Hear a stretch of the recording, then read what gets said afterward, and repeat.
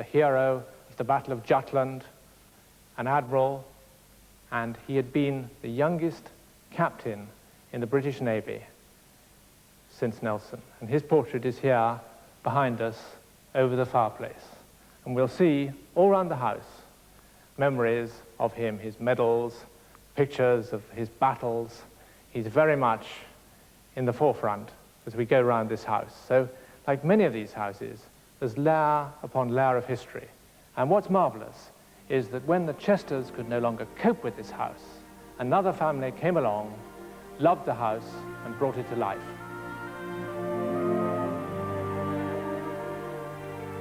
Make time, save time, while time lasts. All time is no time when time is past.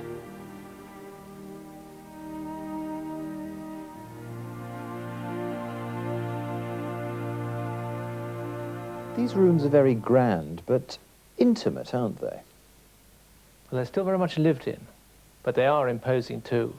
Look at these doors. Somebody who was 8 foot high could walk through them and not hit his head. What we have here, just as we have the masons and the bricklayers outside, here you see the woodworkers, the joiners, the carpenters, and the wood carvers. And the panelling is as elaborate as a piece of furniture. The doors are of oak, but the door frames around them are in burr walnut.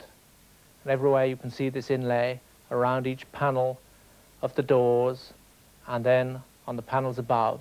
But where towards the ceiling they were a bit further away, they were able to save some money.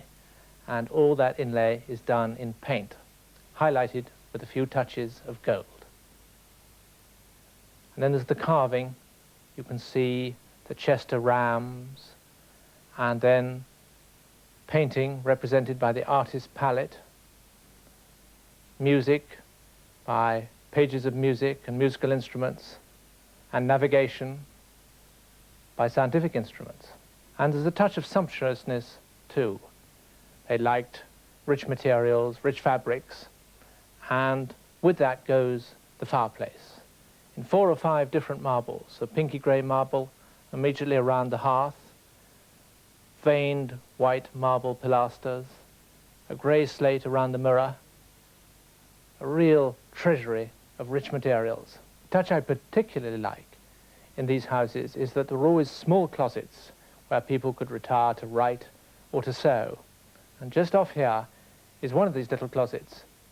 The interesting part is that it's just as elaborately panelled as the room we're sitting in. It has the same inlay, the same big strong mouldings around the panels, same painted cornice. They liked to retire to these rooms. They obviously had a fascinating time. They could retire, form small parties, go away, have private discussions, get up to all sorts of things, perhaps. These houses were designed for intimacy as well as show. All this fine craftsmanship must have appealed to the second Lord Beatty. Well, sailors like to keep everything in perfect trim. And here it's not just the furniture, but the panelling, which is as beautifully kept and well polished as the captain's saloon in a ship of the line.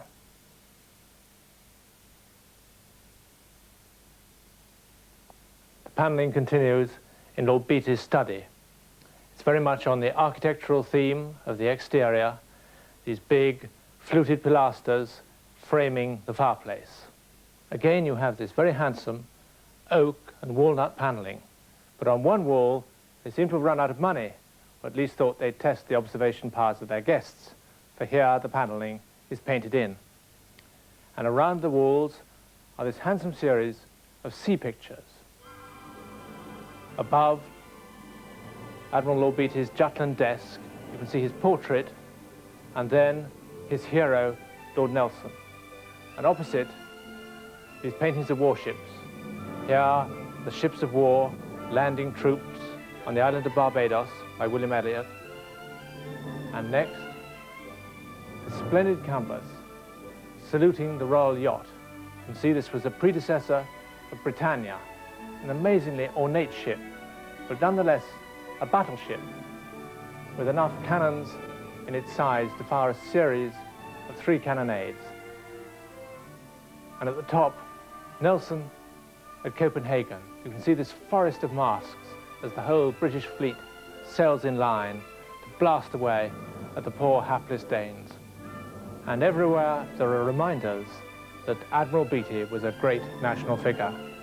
Here he's strutting the deck of his flagship with the King, King George V, here taking the salute. And he's even immortalised as a Toby Jug.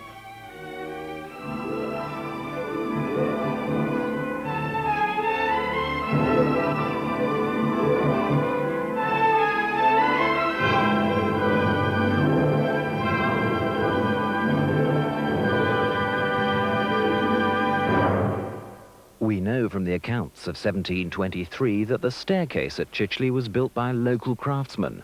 Thomas Baxter, the joiner, was paid £90, Mr. Beale £15 for carving the brackets, and Mr. Illison received £3 9s for turning 9 dozen and 7 banisters and 5 columns. Now this stair is a masterpiece of the woodworker's art, the very richest that you'll ever see in the early 18th century. Look at these balusters. There are 3 to each step, 1 a spiral, 1 a column, and 1 a corkscrew, and each stands on its own little vase, carved and turned. And every tread is inlaid with a band of burr walnut, just like a piece of furniture. And where the handrail, this big, massive handrail, sweeps up to the corner and is held in place by that sturdy column, it's matched exactly on the other side by the panelling, which comes up, and there's a pilaster. One half always matches the other. And on the landing, there's the French parquet, beautifully inlaid in a cross pattern. And what's equally fascinating and equally rich is the underside of this stair, because beneath it, the steps are shaped as elaborately as violins. There was just no detail they were going to leave without care and thought and elaboration. This is Lord Beatty's library, but where are the books?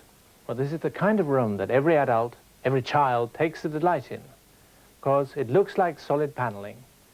But when you open one of the panels, you find a bookcase. And in the corner, you touch one of the pillars and it folds back. And there are the shelves for yet more books. And beneath, where there's normally simply a skirting board, there are drawers in the bases of the columns, there are shelves and more drawers under the bookcases, so that every part of this room folds open to reveal yet more books.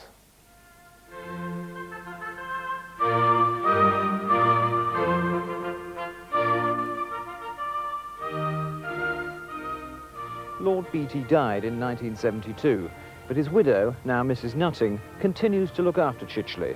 She's determined that it will remain one of the great houses of Europe.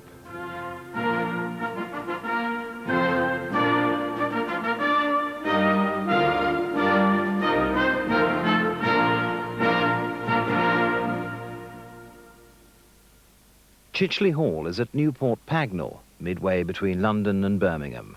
The house is not far from the motorway which links the two cities.